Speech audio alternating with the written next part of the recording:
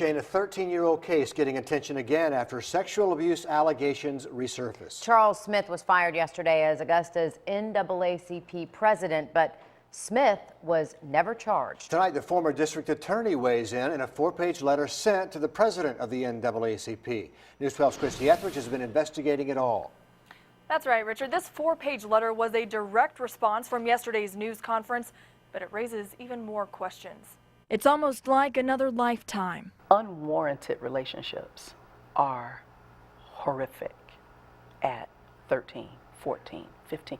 Buried under 13 years of life, old memories reemerge. It happened weekly, sometimes twice a week, for 5 years.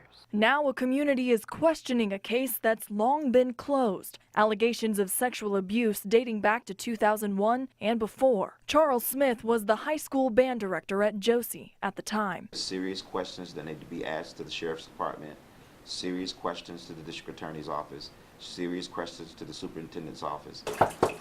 We tried to ask Smith himself, but he never answered the phone or the door. The NAACP directed their questions elsewhere. You'll have to ask to the district attorney because it was their prosecutorial decision to not prosecute Dr. Smith when these allegations surfaced in 2001.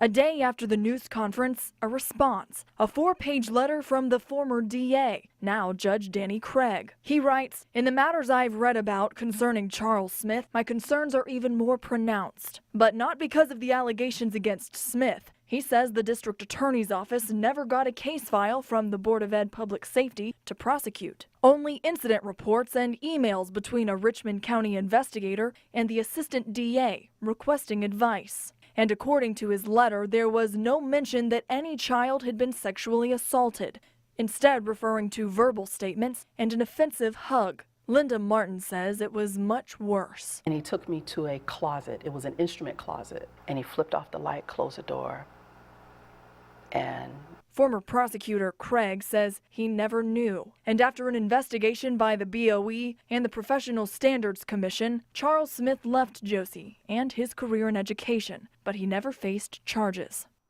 Now we've made calls and submitted open records requests to the Sheriff's Office, the Board of Education, and before Judge Craig's letter, had also sent one to the DA. But we'll be sharing those documents as we get them. And if you'd like to read the entire letter, we'll post that on our website.